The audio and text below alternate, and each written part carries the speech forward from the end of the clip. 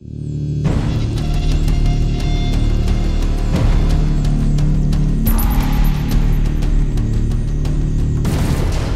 there, my name's Scott and today I'm going to be doing a review on the Ihybrid ink slinger, which I received from www.ihybridmods.com. Before I start, I must point out I did receive it free of charge for the purpose of conducting a review, but my opinion of the product remains true, honest and accurate as always. Now I also want to say a couple of other things. First of all, I want to apologise to ihybridmods.com because they sent me this out at the same time that I reviewed the Pure from them, which I think was either June or July. I wanted to sort of get the Pure one out of the way first because I did have a little bit of a waiting list at the time, and I thought I'll put this one on the back burner, get the Pure out of the way, and then I'll do this one at a later date. And then I sort of pretty much forgot all about it, to be quite honest. Well, not so much forgot about the device, but forgot that I hadn't actually got around to recording the review. So I do apologise, and I really do thank you very much for waiting patiently. They haven't contacted me to chase it up or anything, so you know, fair play to them. Maybe they've forgotten as well, not too sure. And the second thing I want to point out is that this was actually a rejected model. So this is one that was never going to go on sale because it has got a few sort of little tiny flaws to it. So it was rejected at the sort of quality control stage. So any negatives you see or any negatives that I speak of, you know, take it with a pinch of salt because it is a rejected model. Okay guys, let's go straight ahead and show you in a bit more detail. Okay, before I start, I just want to make it very clear that the Ihybrid ink slinger that I'm reviewing is actually one that failed during the quality control check. So it is a rejected version. So just please bear in mind that any sort of negative comments I make about the Ihybrid ink slinger in this review should be taken with a pinch of salt because it is a rejected model. Okay then, so the Ihybrid ink slinger came with all these parts here, and that consists of a bottom button switch, two battery tubes. The larger one is for an 18650 battery and the shorter one for an 18350 battery. You then have a tank protector, a beauty ring, the actual atomizer section, top cap and drip tip. Okay, so here I have the bottom button switch, which is made out of aluminium with the exception of this Delring cup and the brass contact pin. Now inside the switch you're going to find two springs, and these are sort of working against each other. The first spring is operating the Delring cup and the second spring is operating the actual button. So as you start to screw the switch into the body of the Ihybrid, the Delring cup will make contact with the battery and that will then force the button out. And then once the button has been forced out, the second spring allows you to actually use it, and hopefully you can see the contact pin moving up and down now. On the button you're going to find some engraving. I believe it's some sort of form of flower. That's what it looks like to me anyway.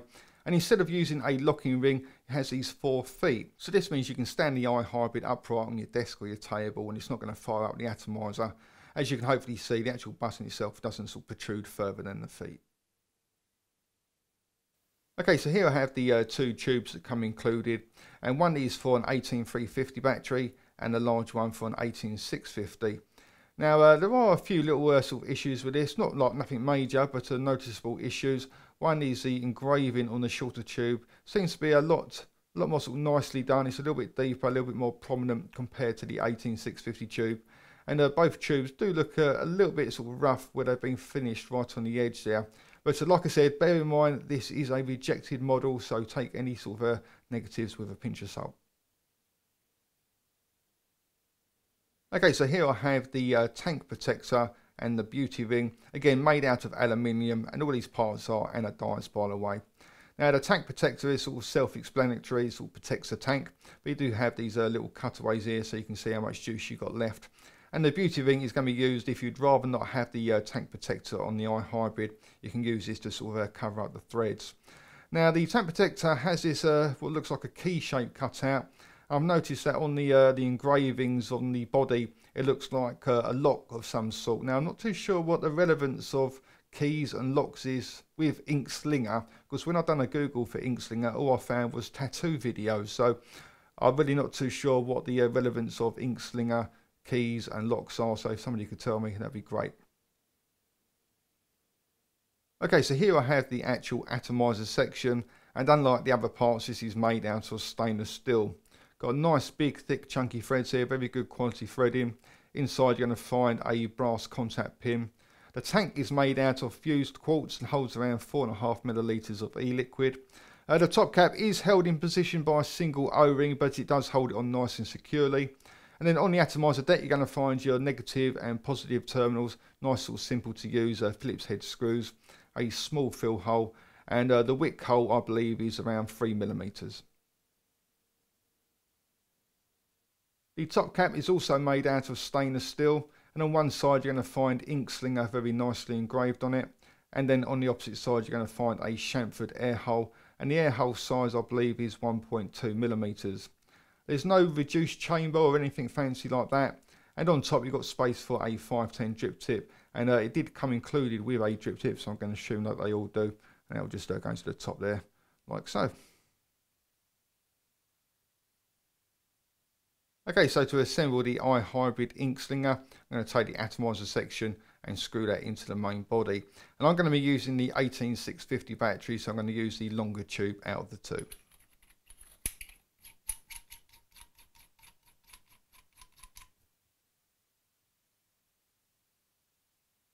Now my preferred choice of batteries are these AWIMRs, and when I insert the battery I'm just going to make sure that the negative end is towards the switch.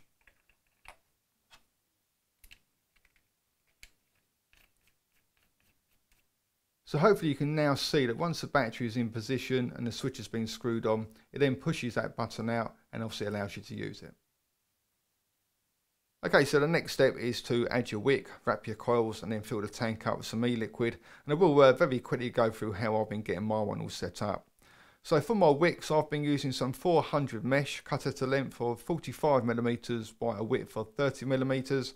And then rolled it up to form a nice tube and oxidised it by holding it in a hot flame for around sort of 10 seconds. And for my wire I'm going to be using some 0.30mm Kanthal. Okay, so what I've done here is I've just dropped the wick inside the wick hole. I've also added a syringe down the middle. I like to do that, it just helps to strengthen up the wick, makes it a little bit easier to wrap the coils. And I've also attached the wire to the negative terminal.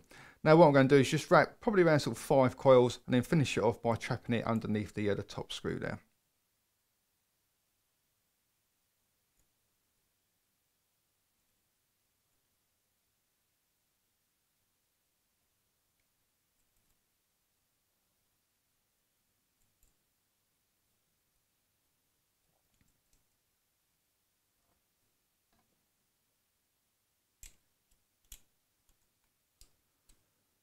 And then once that's done you can just tidy it up, make it look a little bit neater.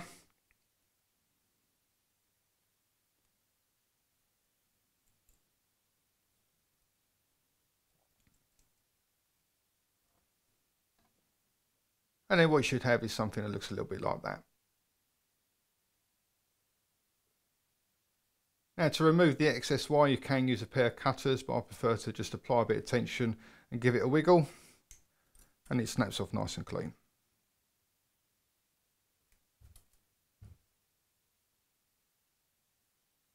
Okay, so before filling up the tank with e-liquid, it's very important to make sure that all the coils are going to light up evenly and at the same time. Now I've just done a quick test fire. I can see I've got a few problems. Only part of the top coil is lighting up and a little bit of the bottom coil. So what I'm going to do is the old pulse technique, and this is where I'm just going to keep on pulsing the switch on and off sort of quite quickly. And then basically after a while it will just sort of oxidise itself and the problem should go away. If it doesn't, after around sort of 10 or 15 seconds worth of pulsing, then what I'm going to do is just take a little sort of screwdriver, just give the coils a bit of a gentle nudge, and normally that works a treat.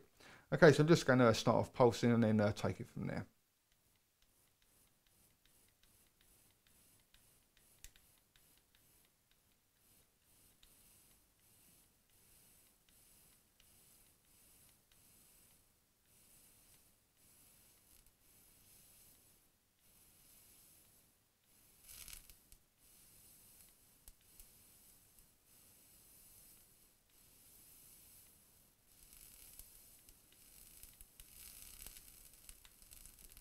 Okay, so it doesn't want to sort of play ball at the moment, so what I'm going to do is just take this syringe and just give the coils a very gentle nudge, nothing sort of too major, and then try it again and see if it's improved at all. Which it hasn't, so let's give that other one a little nudge. It's a bit hot.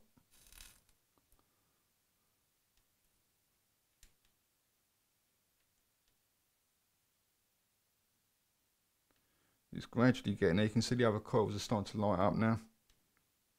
If I keep going, let's give that top one a little go.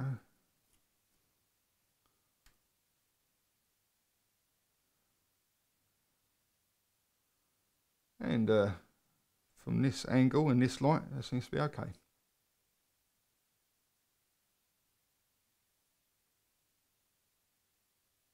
Right, so now the coils are firing up. I'm just going to take a syringe just to sort of speed things up a little bit and fill the tank up with some e-liquid.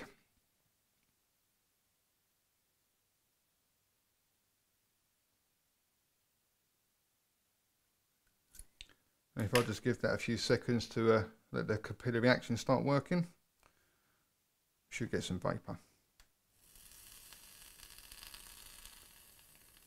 Okay, so what I need to do now is add the top cap. And like with any Genesis atomizer, it's very important to make sure you line the air hole up directly in front of the wick, and that will get you the most amount of vapour. Okay, so to finish it off, you just need to add either the tank protector or the beauty ring. I prefer to use the tank protector here, so it's just going to slide over the top and screw all the way down. Okay, so that is the Ihybrid ink slinger. Let's go ahead, see what it vapes like. Okay, so that was the Ihybrid ink slinger, and what I'll do now is go ahead and show you in action. So the battery came with the charger around sort of 10 minutes ago. I've had a little bit of a vape, but it should be reading around sort of 4.14 volts still. The resistance of the coil, I'm going to have to guesstimate. I can't be bothered to get all my meters out to sort of actually check it, but I'm going to guesstimate somewhere between 1.2 and 1.4 ohms. And I've got a tank filled up with some 18 milligram strength tobacco flavoured e-liquid, and it's just a PG e-liquid. Okay, so this is the Ihybrid ink slinger.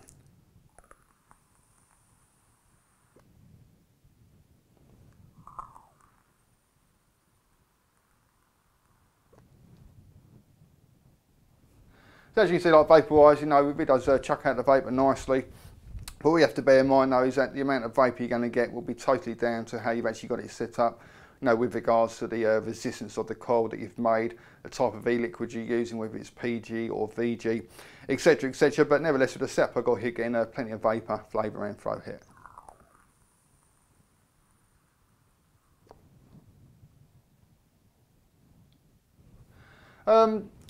It's quite a cool vape. I wouldn't say it's cold, but it's tepid at best, really. It's definitely not a warm vape whatsoever. So if you prefer your warm vapes, it's probably not going to be the one for you. Even with a sort of a really low resistance coil on there, it still comes out, you know, sort of barely lukewarm at best, really. I think it's probably just because you've got quite a large chamber there. It's not reduced at all, so obviously it's got a lot of room to sort of circulate and cool down before it actually gets into your mouth. If I was going to say, like 1 was a hot vape, 5 was a really cold vape, it's definitely going to be around sort of 3.5, 4, something like that.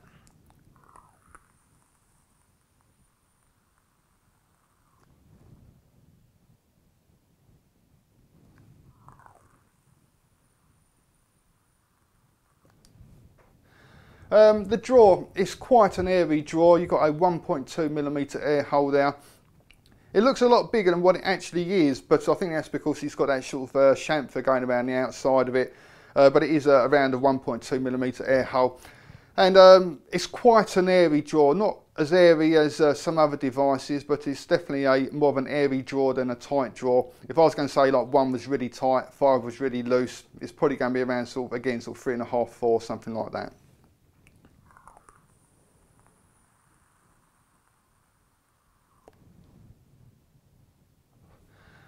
Ease of setup. Well, for me, it's a very nice and easy one to set up. You've got lots of room, sort of on your atomizer there. You've got plenty of room to manoeuvre. You've got the nice, sort of simple to use Phillips head screws, and it's quite a basic sort of atomizer. There's not a lot under the hood, so to speak. So it's just a case of dropping your wick in there, wrapping your coils, securing it, and then just getting rid of your hotspot. So it's definitely one of the easiest sort of hybrids or Genesis atomizers that I've set up anyway.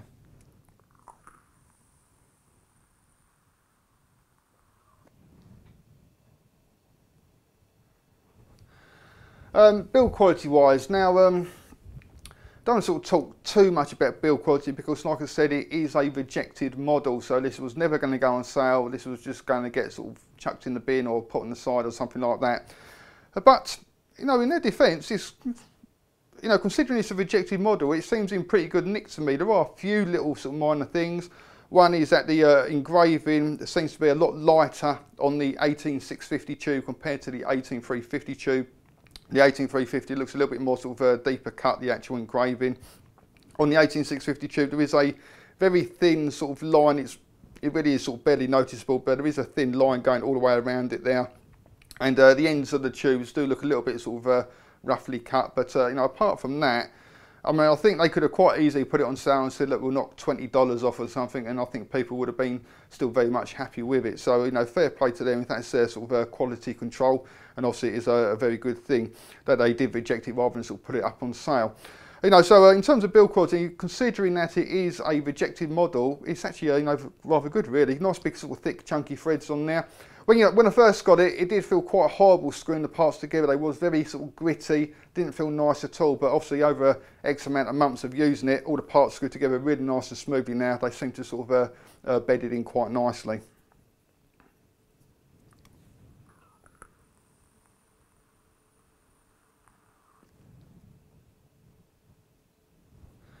Battery life, obviously, is going to be dependent on what sort of size battery you put in there, whether it's the 18350 or the 18650, and it's also going to be very much dependent on how much you actually use it. If you're going to use it with a small 18350 batteries, if you're quite a light vapor, you may well be able to get away with a full day's worth of vaping out of them. If you're a heavy vapor, it's going to be sort of pretty much completely the opposite. So if you're a particularly heavy user, then obviously the 18650 battery is definitely going to be the better option. In 18650 mode, it does make it rather large though. I mean, like, it's quite lightweight because of it's sort of mainly made out of aluminium, so it does reduce the weight quite a bit, but it's certainly a big old beast in 18650 mode, and definitely not something I'd want to put in my pocket if I was going to leave the house with it, because obviously you've got that in your pocket, especially if you're wearing tight jeans, people may wonder what's going on, So if I was going to leave the house, it'd definitely be in the 18350 mode, just to make it a little bit sort of more pocket friendly basically.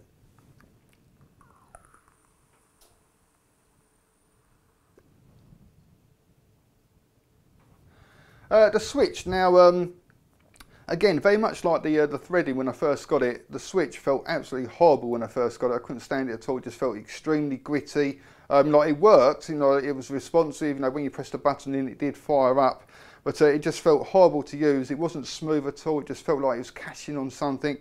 But again, after X amount of months of using it, it's as smooth as butter now. No problems there whatsoever.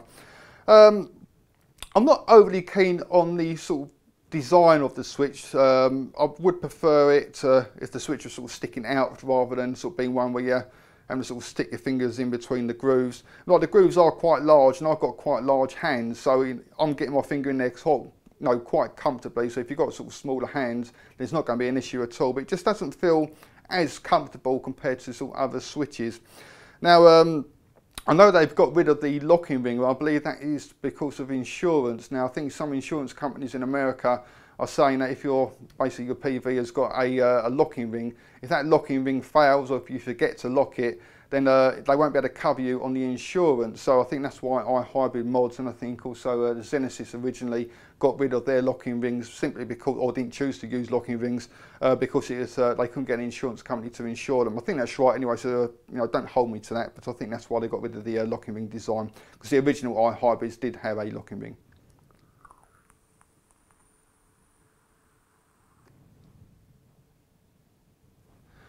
Now, obviously, the only sort of, or the main problem with the Ihybrids, or especially these sort of Ihybrids, is that all the limited editions were made in very, very limited numbers. I think there's like 100 or 200 of each one, something like that. I definitely don't think it was more than 200 anyway. And basically, once they've sold out, they're never ever going to be made again. So, the Inks thing, I think it first came out, quite a few months ago, maybe 6 months ago, maybe even longer than, I'm not too sure. And so obviously they sold out within about sort of 10 seconds at the time, so you can never actually go along to the site and buy one, unfortunately. The only way of getting one nowadays is if you happen to see one on one of these sort of Facebook auctions or one of those sort of sites, and then you're going to have to pay a ridiculous amount of money for it, unfortunately. But I think they do sort of bring out limited editions on a fairly sort of regular basis, so it's worth sort of going onto the website. You won't be able to get this exact one, but they may have other sort of limited editions there. And they also have the Pure, the Effector, and I think they've got another one that's just come out as well. I think I saw something, a collaboration with Doc Dave, which was a stainless steel version, which looks a little bit like the Pure, but I think it's got part of the sort of Doc Dave atomizer built into it or something like that. I didn't really sort of pay too much attention, to be quite honest. But you know, so it isn't just these limited editions they sell, they do have the other range. And I would say that the Pure, which I reviewed obviously when I first got these, which was either June or July, that is well worth a look, because it's a really good hybrid. It performs, you know, stellar, and it's actually also quite cheap, and I think it's available on a fairly regular basis as well. So, you know, if you did like the idea of the iHybrids, it's well worth checking out my review on the iHybrid Pure. Okay guys, not a great deal else I can tell you about it. You know, you won't be able to get this exact one, but you know, do go along and visit their website at www.ihybridmods.com. Thank you very much for watching. Also come along and visit my website at www.e-cig-reviews.com. That's e-cig-reviews.com. Cheers guys, happy vaping. See you later.